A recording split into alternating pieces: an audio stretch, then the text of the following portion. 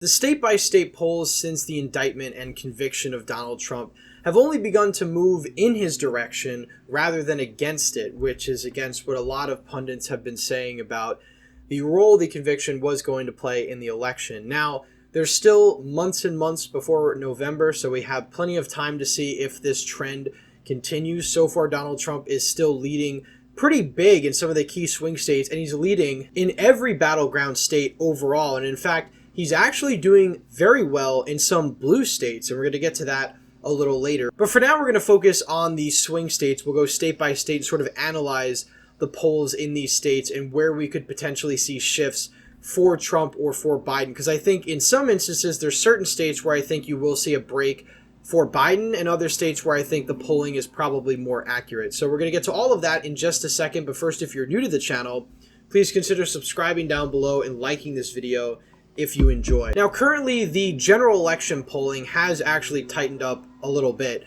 Donald Trump is up 45.5% to Biden's 45%, giving Trump a half-point lead. His lead a couple of days ago was about a point or so, so we've gone down just a little bit, so we have a closer race than we did nationally speaking. But these national polls will fluctuate as we get closer to the election. And honestly, I wouldn't be surprised on Election Day if Joe Biden is leading in the national polls, since it is pretty typical for the Democrat to do much better in the popular vote than the Republican. Again, the last time a Republican won the popular vote was back in 2004 with George W. Bush. So it's been about 2 decades since Republicans have been able to win the national popular vote. But looking at some of these key battleground states, I guess we'll start in alphabetical order. We'll go with Arizona, and we'll probably make a separate video on Arizona tomorrow, because I actually think it's fascinating that this is one of Trump's best polling states, because this is a state that's been trending continually more Democratic. As of right now, Donald Trump is up by around 4 points. His highest point in the state was at around 5 points, and I think I made a video on the polls back then when it looked like Trump was riding really high in the Sun Belt. But currently, he still is doing extremely well in Arizona, Georgia, North Carolina, and Nevada. All of these Sun Belt states are almost a lock for Donald Trump, according to the polls. Now, again, if it was October, I would be saying that Trump would almost definitely win these states in the election, but obviously, since it's only June, we still have a lot of time to go, so I'm not going to make such a bold assertion, especially when we're about 5 months out from the election, because I think there's so much that could change, and that would be very disingenuous to say that Donald Trump could win these states based on polling data in June. But as of right now, it certainly looks better for him. I mean, Arizona's been a state where Republicans have been continually losing ground since John McCain in 2016 won his landslide re-election victory, and Republicans really haven't won anything statewide on that level since. I mean, you had Doug Ducey win in 2018 against an underfunded far-left progressive, but that's really it. In terms of federal races, every federal race since 2016 in Arizona has gone for the Democrats. Mark Kelly, Kyrsten Sinema, Joe Biden winning the state. And honestly, this year it looks like Ruben Gallego is almost guaranteed his victory against Kari Lake, because the polls for Kari Lake are atrocious. And it actually is interesting to see the spread between Donald Trump leading by 4 points, Gallego winning by like 5. So that just goes to show you how unpopular and toxic somebody like Kari Lake is. But that's a different topic for a different video. Trump in Arizona right now looks to be in good shape. And if there was a 3-point swing in the polls for Joe Biden, which we've seen 3-point swings for incumbents before. We saw it in 2020. We saw it in 2012.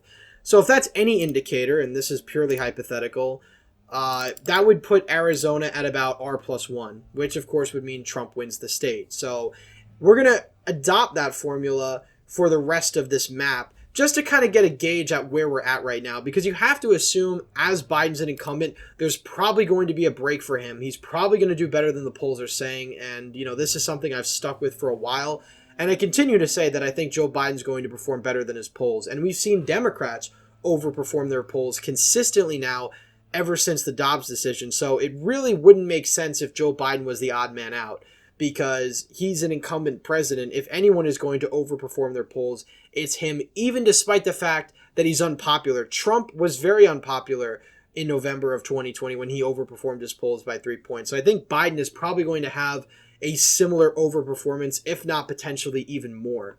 But moving on to Georgia now, you have a 4.8 lead for Donald Trump, effectively a 5-point lead. Now, this isn't the highest we've seen in the state. The highest lead Donald Trump has had is about a 7-point lead back in February of this year, which was monumental. I mean, there's really no Joe Biden overcoming a 7-point polling deficit. Even now, with Donald Trump ahead by 5 points, that's essentially the margin he won the state by back in 2016. Now, I think Joe Biden would do significantly better in the Atlanta area than Hillary Clinton did back in 2016, but Donald Trump would probably shore up the rural areas better than he did in 2016.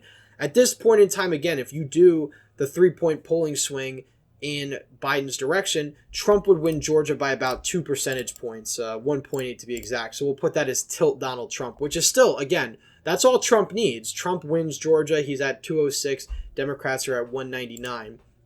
Now, if we move over to the state of Michigan, for example, this state is incredibly close, and this is a state that I think in all of my 2024 predictions, I've never had Donald Trump winning, and I still don't think Donald Trump's going to win Michigan. Now, at this point in time in 2016, Hillary Clinton was up by 8.3, Joe Biden was up by 7.2.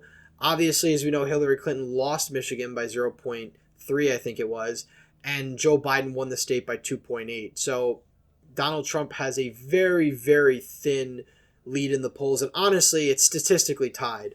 So this could really swing in either direction. Now, again, if we're going to continue this 3-point polling swing just for hypothetical sake, that would give the state to Joe Biden by over 2 points, similar to what he won the state back in 2020. So I think it's smart for the time being to account for this swing, because I think it's more likely than not that Joe Biden is going to overperform the polls. So if Trump is up in Michigan by 5 or 6 points on election day, then I think it's safe to say that Donald Trump probably wins the state. Moving on down to the state of Arizona, this gives Trump a 5.3% polling lead. Now, Nevada is very notorious for giving Republicans false hope in the state. I believe that Laxalt was leading in the state back in 2022 when he lost his bid for Senate by a couple of points. Donald Trump was actually leading in Nevada right before the 2016 election. He ended up losing that by around 2.6. So Nevada already has sort of a 3-point swing built in for the Democrats. Now, a 5-point lead for Donald Trump is pretty impressive in the state overall. So if we apply the 3-point swing, Donald Trump would still win Nevada, but by around 1.8. Now, if we were to give Democrats a further swing by maybe a point or so just because of the polling error, Donald Trump would still win Nevada, but it would be by around a point, a little less than. So for the sake of this model, we'll give Nevada to Trump, and that would put him at 212 electoral votes.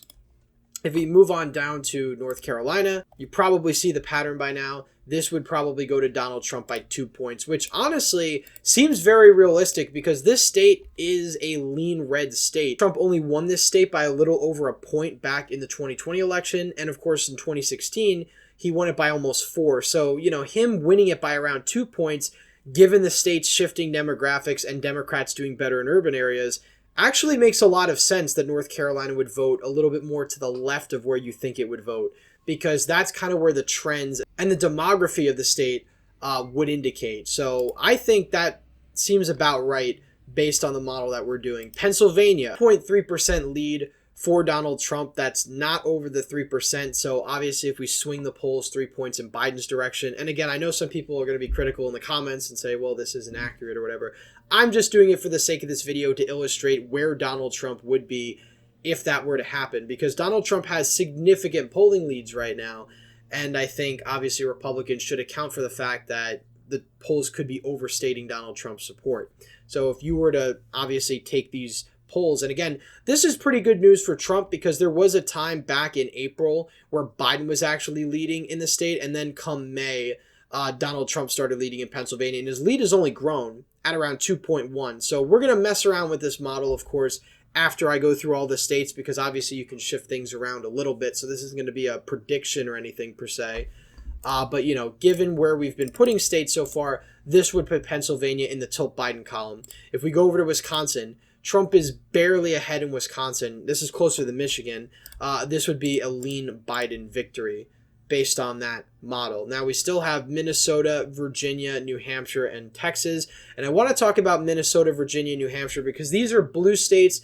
So if we take a look at the polls in these bluer states, that's where you start to see things get very interesting, because currently Donald Trump is only down in the state of Virginia by 2.2%. And in some aggregates, he's actually tied in the state overall. So this is incredibly significant because Virginia is a state that Donald Trump lost by 10 points back in 2020. So if these polls are remotely accurate and Trump is actually gaining ground in Virginia, that's very, very bad news for Biden. And again, the polls in Virginia are far and few between right now. We've only got 4 to really aggregate. So this could be obviously flawed, and I think these polls are underestimating Biden.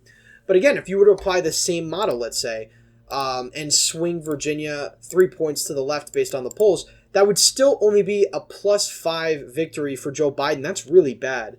Considering the fact that Virginia should be a layup for any Democrat. That's literally the same margin of victory that Hillary Clinton got back in 2016. So pretty bad news for Biden in Virginia, and we talked about that in a previous video last week.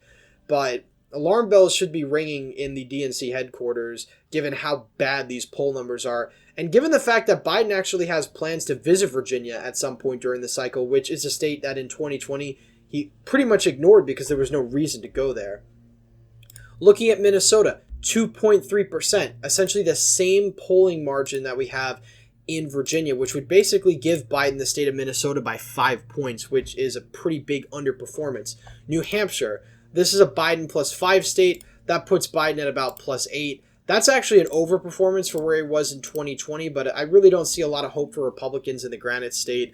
They've been consistently losing ground, and even though statewide races here are very different when you talk about governor, for example, even state house and state senate, it's a little different. When it comes to presidential national politics, New Hampshire is pretty Democratic. So it's been trending in that direction. And obviously Texas, I actually skipped over Texas, but currently Donald Trump leads in the state by 9 points. You swing at 3 points in Joe Biden's direction. That's a likely margin of victory, a 6-point margin of victory for Donald Trump. Now, this actually seems fairly accurate to the predictions I've had, 270 to 268, because Nevada I've been giving to Donald Trump, at least as of the last prediction. Arizona, I think, was the one state I still had going blue, so I guess it's a little bit redder than what I've normally had.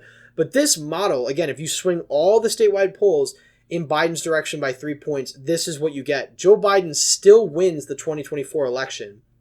So the geography for Republicans is worse in this election than it was, I would say, back in 2016, because the trends in a lot of the Rust Belt states, in some cases, are sort of maxed out for Donald Trump, and it's really going to be, I think, difficult for him to find room to grow in the rural parts of Pennsylvania, Michigan, Wisconsin. Now, let's say the polls are fairly accurate, then we could change this map up a decent amount.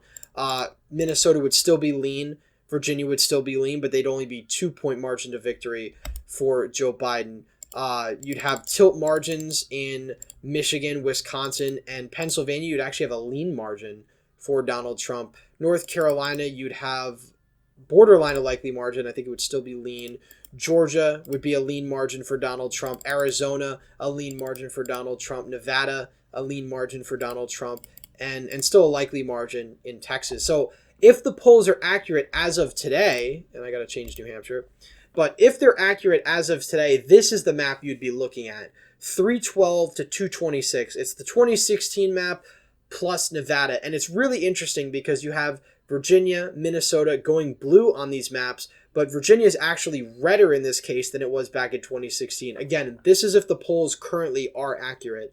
I don't necessarily think that they are, but I know some people are going to go in the comments, not watch the video, and say I'm skewing things massively in Trump's direction. This is what the polls are saying. I just gave you the map of what I think is more likely to happen, which would put Biden at still 270, but a very, very close election. That's where I have things as of today, but Donald Trump is still doing very well in the statewide polls, and if he improves, this map is certainly going to change, and maybe perhaps on Sunday or sometime during next week, we could do an actual 2024 prediction. But as of right now, this is what the polls have, and the map I showed before is what I think is more likely to happen, which is a Biden 270. So a really, really close contest, but I've been saying consistently throughout this election cycle, I still think Joe Biden has a fundamental advantage, and unless the polls swing more in Donald Trump's direction, I still think he's the favorite to win. But it's a good sign that Donald Trump is doing well in the polls for his campaign. Obviously, the trend needs to continue, but Donald Trump is in a pretty good position when it comes to the Sun Belt states. The Rust Belt, I think, is going to be his weakness, and that's really what he needs to win, and that's probably going to be the topic of another video later this week. Anyway, that's it for today's video. Please leave a thumbs up if you enjoyed, subscribe to the channel, hit the bell notification so you don't miss any more videos I put out. As always, again, thank you all for watching, and I hope to see you in the next one.